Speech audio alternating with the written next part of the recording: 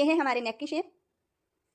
अब हम अपनी शर्ट का फ्रंट पार्ट लेंगे और शर्ट के बैक साइड पर इस तरह से नेक को रखकर हम पेस्ट कर लेंगे।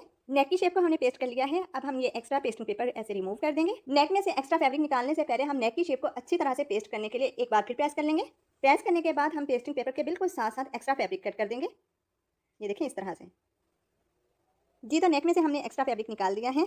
अब पूरे नेक के इस सिरे वाले हिस्से पर हम अपनी पाइपिंग की चौड़ाई को बराबर रखने के लिए मार्किंग कर लेंगे, जिससे आपकी पाइपिंग की चौड़ाई चाहे कम हो या ज़्यादा हो बिल्कुल बराबर आएगी।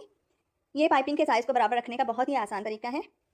बस आपने एक बार पूरे नेक में अपनी पाइपिंग के हिसाब से मार्किंग करनी है, जिससे आपकी पाइपिंग की चौड़ाई जस्ट एक ही सिलाई में बिल्कुल बराबर आ जाएगी। तो पाइपिंग के लिए हमने पूरे नेक में मार्किंग कर ली है। अब यहाँ से आपने गौर से देखना है। वी की नोक से आप पाइपिंग की चौड़ाई के बराबर मार्किंग को नीचे की तरफ लेकर आएंगे और यहाँ से दोनों साइड की मार्किंग को ऐसे मिला लेंगे। अब यहाँ कार्नर में हम अपनी पाइपिंग की चौड़ाई के बराबर क्रॉस में मार्किंग कर लेंगे। ये देखें, दोनों साइड पर इस तरह से हमने मार्किंग कर लेनी है। इसके बाद हम बहुत ही एहतियात से कार्नर में अपनी पाइपिंग की चौड़ाई के बराबर क्रॉस में कट लगा लेंगे। एक साइड पर कट लगाने के बाद दूसरी साइड पर भी इसी तरह से हमने क्रॉस में कट लगा लिया है। क्रॉस में कट लगाने की वजह से ये जो छोटा सा ट्रायंगल बन गया है, इसे ऐसे फोल्ड करके प्रेस की मदद से अच्छे से बिठा लेंगे। ये देखो, कुछ इस तरह से हमने इस ट्रायंगल को प्रेस की मदद से अच्छी तरह से बिठा लिया है। वी में पाइपिंग के लिए हमने ये 2 सीधी पट्टियाँ कट कर ली हैं, जबकि नेक के लिए हम क्रॉस फैब्रिक में से रेप पाइपिंग निकाल लेंगे। देखिए, राउंड नेक की पाइपिंग में फिनिशिंग लाने के लिए परफेक्ट क्रॉस फैब्रिक में से पाइपिंग निकालना ज़रूरी है। ये देखें, इस तरह से हमने अपनी पाइपिंग कट कर ली है। अब हम चलते हैं सिलाई की तरफ। पाइपिंग के लिए हम अपनी शर्ट की बैक साइड को इस तरह से ऊपर की तरफ रखेंगे। पहले हम वी में पाइपिंग करेंगे। पाइपिंग वाली पट्टी को नेक वाली साइड से इस तरह से कुछ थोड़ा सा बढ़ाकर नीचे की तरफ रखेंगे।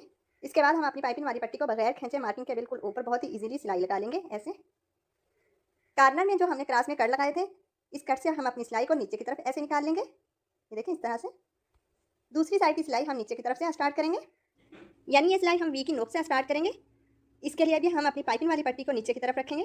ये देखें, इस तरह से। नीचे वाली साइड पर भी हमने थोड़ा सा पाइपिंग पट्टी को बढ़ा कर रखना है। इसके बाद इस साइड पर भी हम मार्किंग के बिल्कुल ऊपर ऊपर सिलाई लगा लेंगे। तो वी की दूसरी साइड पर भी हमने सिलाई लगा ली है।